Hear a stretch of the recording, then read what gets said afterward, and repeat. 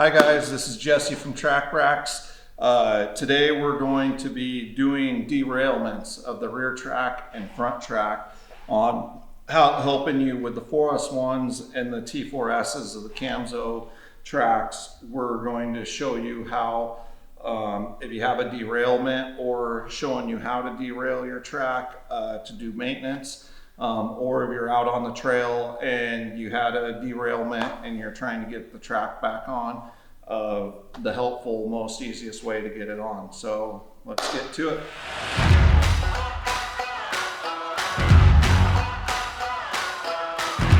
All right, so we're going to start with untensioning the track. I'm going to suck the bogey wheel all the way in, and then we're going to, and then I'm also going to show a trick.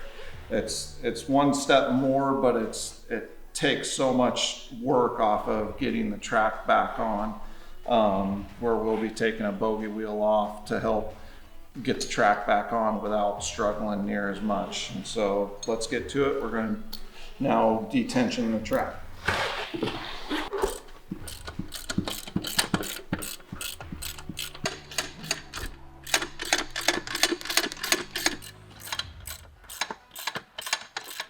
So now we got the track totally, the bogey wheel all the way sucked in, and you can derail this track. I want to show for on the trail, I'm again not using any power tools, because more than likely on the trail you're just going to have manual wrenches and sockets and ratchets.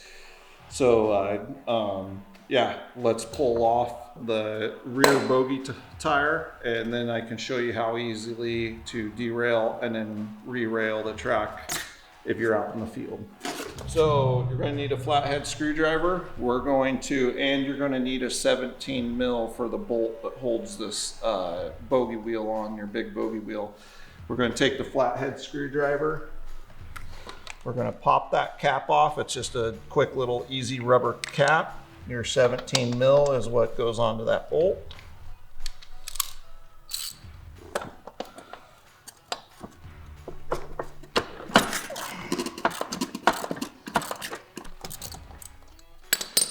Okay.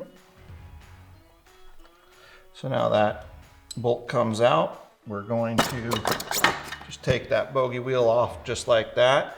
And now if the bogey wheel has never been installed, you might have, some corrosion. You might just have to smack it with a rubber mallet or something.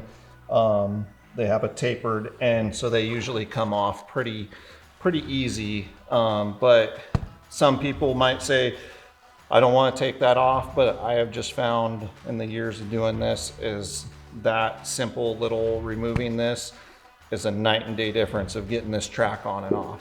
So now, as you can see, I'm gonna take this, I'm gonna pop this off the cogwheel like so to one side. Then I'm gonna grab this track frame and out it comes just like that. So now we have a successful derailment, and now you can do all the work you need to do. If you need to take your hub apart to put a new hub in for if you're going to a different platform from like Polaris to Can-Am, or you need to do the gearing. We will have another video of how to do this. Right now we're just going to focus on if you're on the trail and this was bolted to your machine, of how to get it back on. So, I'm going to act like this is mounted to a machine. Let's say you're on the side of the trail. What I would do is I would either try to dig it out if possible, so you can just slide the track on in one place, or if you need to walk it on like a bicycle. We've done that before, where it's like impossible the snow's too hard, or whatever the case may be, that you can't dig out that corner to have the working room or get the weight off of the frame itself. So we're going to walk this on like a bicycle chain and show you how easy it is to get it back on. Now I'm going to walk this in. front bogies in. Get that up over, get this up back on the cogwheel. My goal is to put these two tracks, you have these teeth here that the cogwheel hooks on, but I'm going to put these two bogie wheels between them. I'm going to grab the frame and just walk it in. Keep that in like that. And now you can see having this tire off, if you have this tire on, it is possible to do this, but man, is it hell to wrestle it. Because now you can see the track is completely back on. Oh, take that back.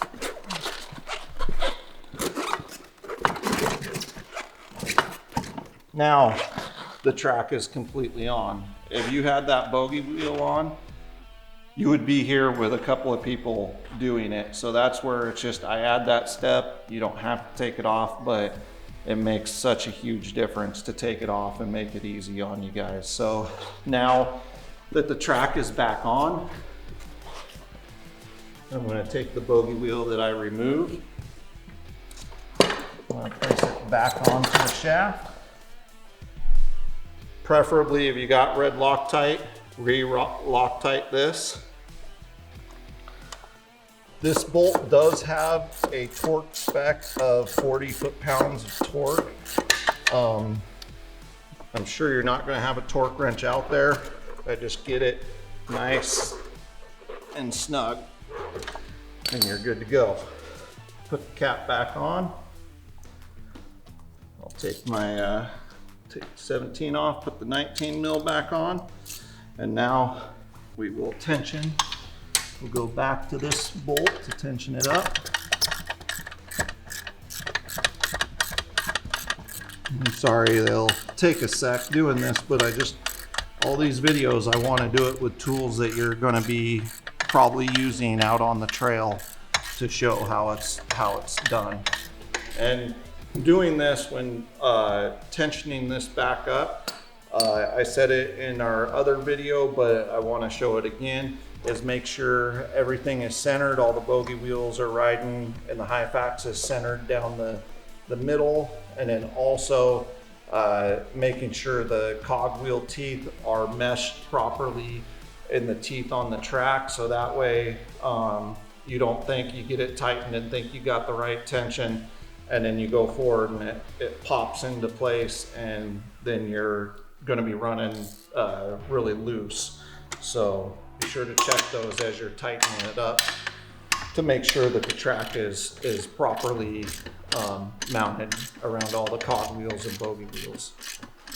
So just like in the other video, I wanted to show is just your neutral line with the rear track. You don't want more than an inch. I try to shoot for about a ½ inch to 3/4 of an inch of when it's sitting in its neutral location to either pull or push down and not move more than about a ½ to 3/4 inch. So this one's pretty good.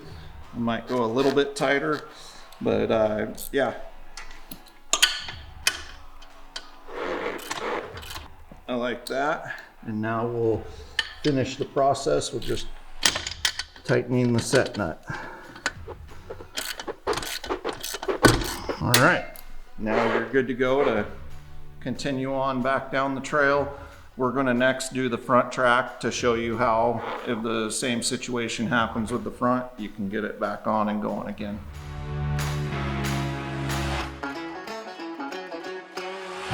Alrighty, so now we got the front track. We just walked you through the back track, how to, and now the front track, and you're gonna need the same tools, a 19 mil wrench, and a 19 mil, I have a 3/8 drive, and like I said, keep saying is, we're doing this all in just hand tools, no power tools, because I want to mimic this of what you're gonna be out working with in the field and showing you how we've do it.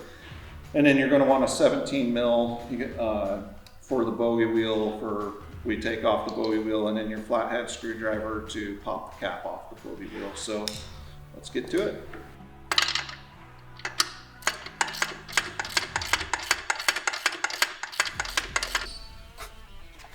Now we've ran that bogey wheel all the way in for tensioning. We're going to take this bogey wheel off, and that way it just creates a lot more simplicity of getting this track on and off.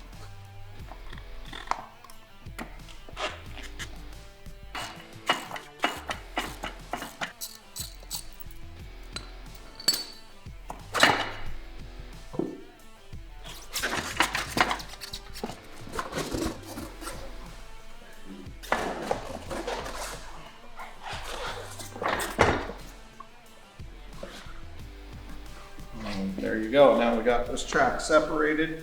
We're going to go ahead and show you how, if it's on the machine or just like it's sitting now, to get it back on. If you were in the car or is on the car, what I would be doing is trying to dig it out.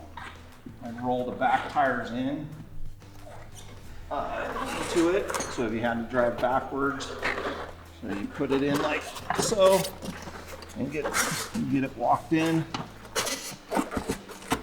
slide the track over, and then with this bogey wheel being gone, it makes it so much easier of getting this in place. There you go. Front's a lot harder than the rears, obviously, because just less track, it's all tighter. But now you can see that went into place. If that bogey wheel was on, you could only imagine how hard that would have been to get on. It's possible, but it takes multiple people. One extra step can save you an hour in the field of getting the track back on. So we'll put our bogey wheel back on, put our bolt back in, and like I said on the rear is this one, if you do have a torque wrench, you torque it to 40 foot-pounds.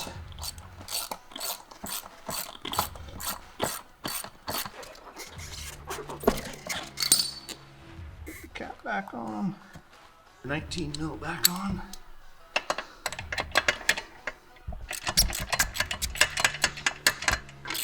Make sure that the Hyfax, the cogwheel is sitting without teeth on top of the cogwheel. You want everything recessed in, and the Hyfax is all the way down with all the bogey wheels centering the teeth on the track, so that way you don't accidentally think that you're tight, and when you go to take off, you know, like we talked about the rears, it pop and then you're loose and got to get back out and do it again. All right, I'm liking that. Now we're going to tighten the top set nut so nothing adjusts itself as you're driving. All right, now that you've seen both rear and front tracks on derailment and re-railing the track, hopefully this helps you in the field, or if you're just in your shop doing maintenance on your bogey wheels and or changing out sprockets. We're going to have another video of how to change your hubs and redo gearing if you're jumping to a new model or buy a used set of tracks. And so, like always, be sure to like and subscribe, and can't wait to see you at the top.